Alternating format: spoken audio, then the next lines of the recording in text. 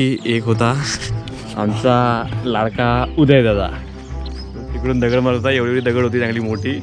आणि बघा इथे एक तुम्हाला असा एक खड्डा दिसेल. नमस्कार मंडळी, स्वागत करतो तुमचं नवीन एका व्हिडिओमध्ये. आपण सध्या आहोत आपल्या कोकणातल्या गावी आंबवली या गावी आहोत. आणि सध्या आता शिमगा चालू आहे. आणि एक तुमच्यासाठी खास मी आमच्या गावाकडच्या जुन्या आठवणींची एक सिरीज घेऊन येतो आहे. त्या सिरीजची सुरुवात आजपासून करतो आहे. आणि तुम्हाला त्या सिरीजमध्ये नवीन म्हणजे माझ्या जुन्या आठवणी किंवा माझ्या गावच्या जुन्या आठवणी तुम्हाला पाहायला मिळतील. आणि त्या नक्कीच तुम्हाला आठवतील.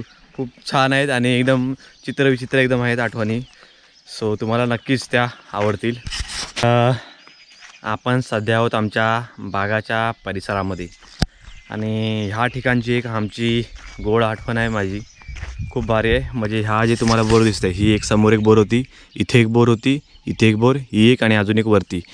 अशा त्यावेळेस आमच्या वेळेस तरी टोटल 3 अशा बोरी होत्या चांगल्या मोठ्या. बाकीच्या 2 तेवढ्या मोठ्या नव्हत्या. पण ही जी तुम्हाला एक समोर इथे बोरीचा जो हा इथे तुम्हाला मुळं दिसत असेलच बघा इथे. तर काय होतं, आम्ही वरचा जो भाग आहे तिथून आम्ही खाली इकडे दगडी मारून ह्या बाजूला अशी दगडी मारायचो आणि बोरं पाडायचो.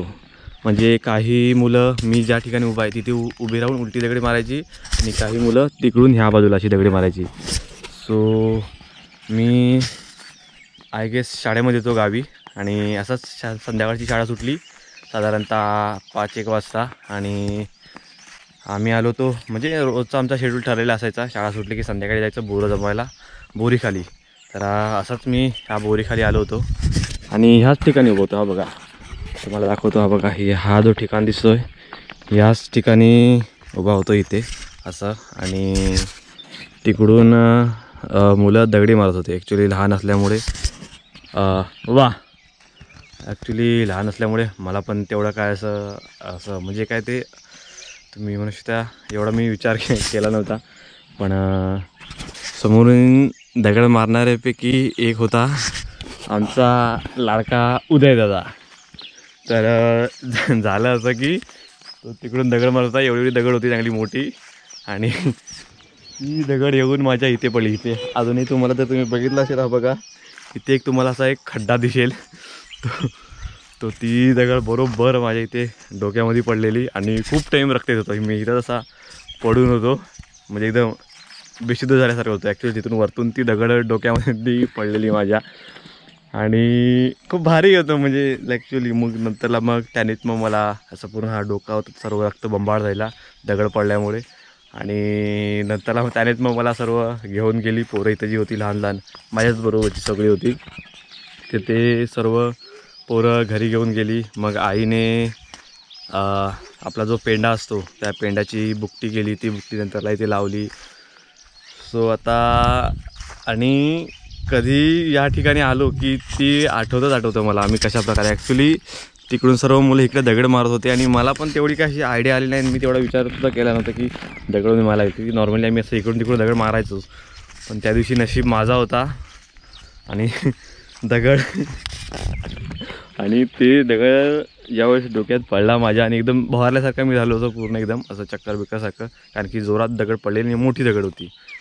आणि त्यावेळेस उदयदा पण भरपूर घाबरलेला म्हणजे नक्की काय करायचं काय नाही असं. म्हणजे लिटरली खूप भारी त्यावेळेस. पण मजा आलेली त्यावेळेस.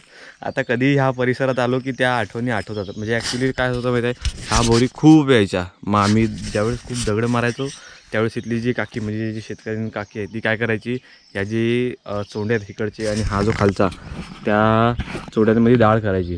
डाळ म्हणजे आपण पेरणीसाठी जी भाजावड करतो ती भाजावड करायची. त्यामुळे कसं एकदा भाजावड झाली की त्यात मग आम्ही दगड मारायचो नाही. कारण की ती दगड नंतर पुन्हा उचलावे लागतात जर भाजावड झाली म्हणून. सो आम्ही त्याच्यामध्ये दगड मारायचं नाही. ही त्यांची निंजा टेक्निक होती की जेणेकरून मुलं दगड मारू नये म्हणून. पण स्टील आम्ही मग काय करायचो, जर त्यांनी म्हणजे ह्या भागात जर त्यांनी डाळ लावली तर आम्ही असा क्रॉस मारायचो म्हणजे दगड इकडे येतील. अशा प्रकारे आम्ही सुद्धा करायचो. मग जर त्यांनी ह्या इकडे केली तर मग आम्ही इकडून दगड तिकडे मारायचो. अशा प्रकारे दगडी करायचो. आणि कधी वरती चढायचो, वरती चढून हलवायचो.